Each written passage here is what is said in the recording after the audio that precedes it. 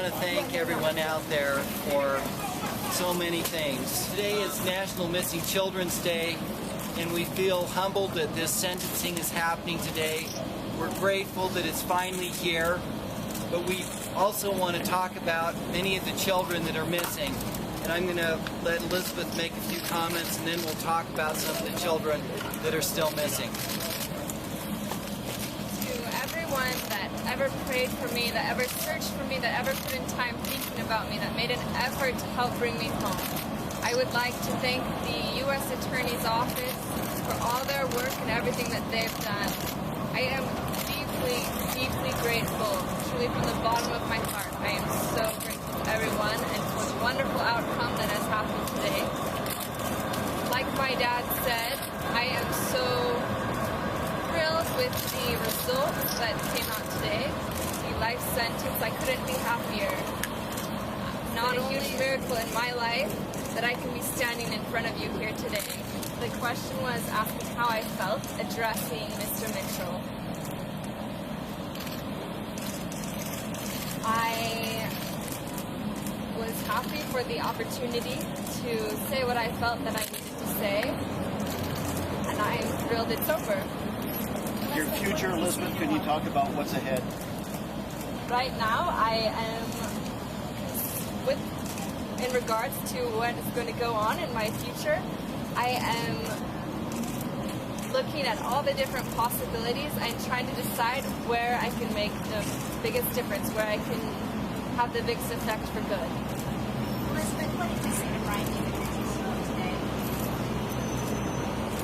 I told him that I told Brian David Mitchell today in court that whether he received his just sentence here on earth or after this earth life, that one day he will have to be responsible for his actions. Are you disappointed that he didn't look at you, that he couldn't look back at you directly in the eye? I mean, would that have made your statement to him more powerful?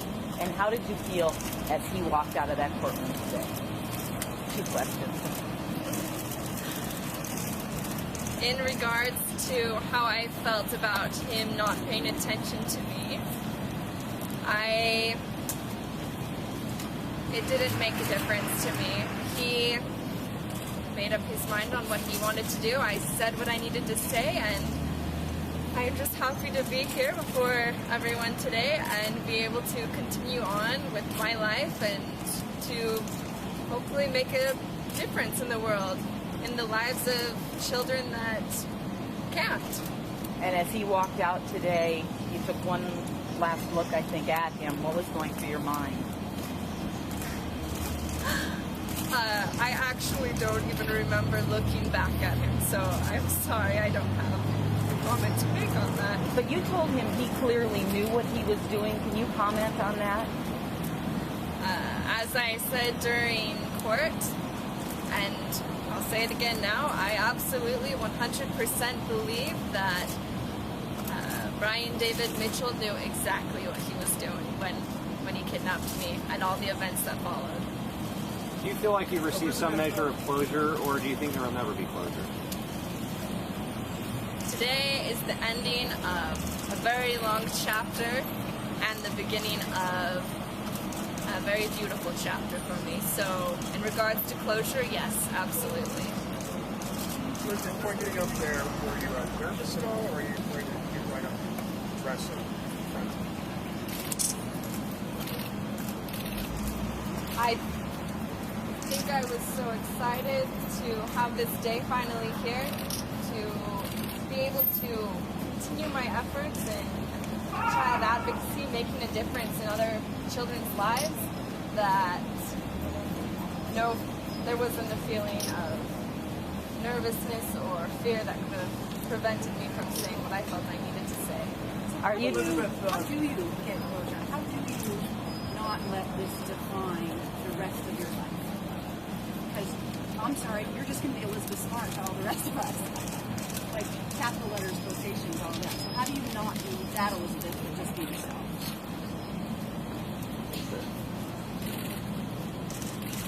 I think one of the biggest ways to overcome any trial in life, to heal from any kind of experience is by helping those around you. Because by lifting those around you up, you end up lifting yourself up as well. Are you disappointed he didn't say anything? Did you want to hear something from him today? I think I can firmly say that I heard enough during those 9 months, and I never have to hear anything else from him again. And how you talked about how your life is now. Can you tell us how is your life now? Right now, my life is wonderful. I just recently returned home from serving a full-time LDS mission. I couldn't have loved that experience any more than I did. I am excited to be working in child advocacy, in working with the Elizabeth Smart Foundation, and working with rad kids, and finding future ways to help stop and prevent future kidnapping crimes or sexual crimes against children, against anyone. Any more questions?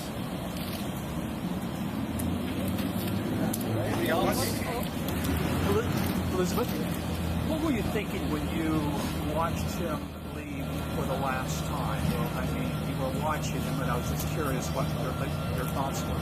He was taken off. This is probably the last time you'll ever see this. Well, hallelujah. I don't think I had any more thoughts except that's one less threat off the street. There's nothing left.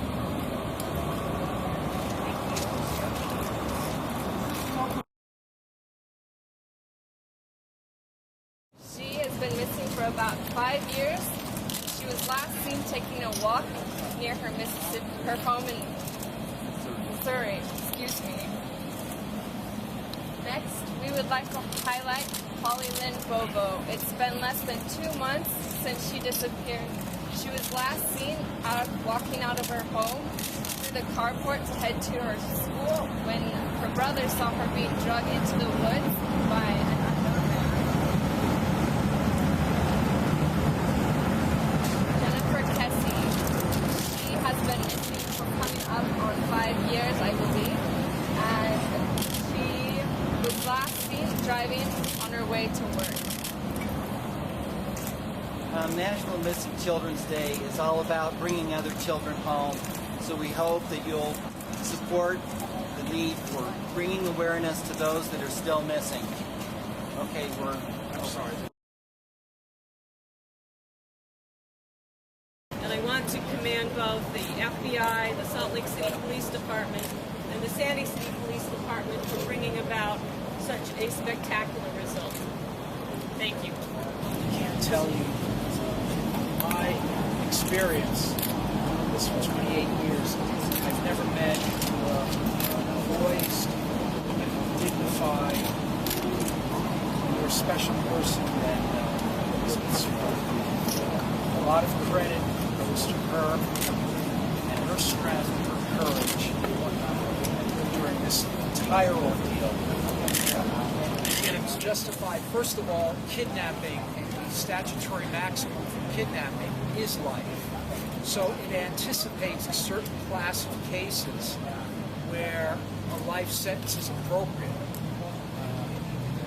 This case certainly, when I talked about the heartland of cases, this was so beyond those heartland of kidnapping cases where an individual is held for 9 months, an individual is abducted at night from her own bed, her own home, held captive in the condition she was. I mean, if you really think about Elizabeth's testimony and what she went through, these are the types of cases that deserve or that warrant a life sentence. And even under the sentencing guidelines, when you apply all those factors, I mean, it's an appropriate sentence. So that was the focus of our analysis to the court, that this is one of those extreme cases that deserve life. They're not connected, whether one's competent or not competent. The Bureau of Prisons will determine based on all the evidence that they have, all the reports, and it's not only mental health, but also any physical health issues any sentenced prisoner may have. So that's out of our hands. We're not, by not opposing something like that, we're not saying we agree that he's incompetent. The reason we're here today and that justice has been served is because of the commitment to justice and the determination and the courage shown by Elizabeth and her family. We had to make a lot of tough decisions and struggled in this case in terms of how much detail needed to be brought out regarding what Elizabeth endured during those 9 months.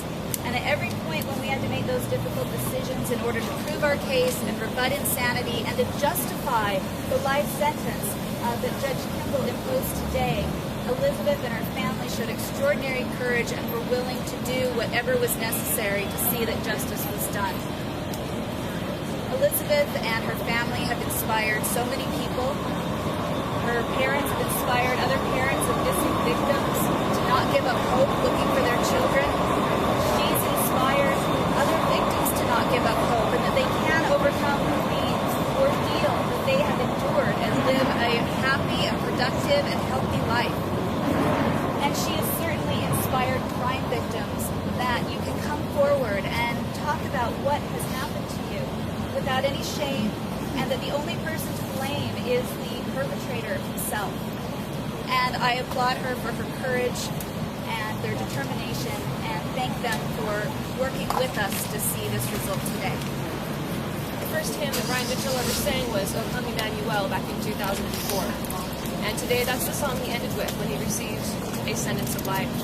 I have a deep and solemn sense of satisfaction that this sentence today is justice. It is justice for the Smart family, and it's justice for this community that felt such horror the very first day that they heard that Elizabeth Smart had been taken from her own home. This has been a very long road, but it has ended today in the appropriate sentence that speaks out that what happened to Elizabeth and her family and so many people in the community was such a wrong. And this is an answer. We do finally have an answer. And there are many, many people to thank for that. There are so many wonderful investigators who gave hundreds of hours of time to garnering the evidence that was necessary for the case. These attorneys from the United States Office are incredible attorneys who worked incredibly hard and brought a very great and professional effort to this case. And finally, of course, the Smart family themselves, who did step forward and did such a wonderful job. I know few people who amaze me more than Elizabeth Smart herself. And on her behalf, as well as the community, I am very, very thankful for the sentence of life. The state case is still pending, but I can't answer any questions about what will happen with that case. This is a piece that we wanted before we made any final decisions about the state charges. We wanted to know what the federal sentence would be. And now that we have that sentence, that will help us to make decisions about the state charges. But as of this moment, there is not a final determination. We currently have charges pending. So there is no statute of limitations issue with regard to the crimes that have been filed by the state. If the state case were to be dismissed at this point, the statute of limitations has been told during the entire pendency of those state charges. So if they were dismissed, let's say, tomorrow, we would still have several years in which we could potentially go forward with the case. I'm going to hand it to the United States Attorney's Office. The work that they put forward was incredible. And I think that the job that the DA's office did helped to prepare them in some respects, but the amount of work that went in, the witnesses that were called, the facts that were gathered, their effort was just far and above beyond what we had done in the state case. I learned a lot from what we did in the state case, and I hope that I was able to bring some of that experience to bear here, but really, the effort put forward by the United States Attorney's Office was phenomenal. So the initial appearances of Brian David Mitchell were not remarkable. He appeared in court, he answered questions, he did what needed to be done. He was first arrested in March of 2003, and we did have court hearings in which he appeared and answered questions and behaved appropriately.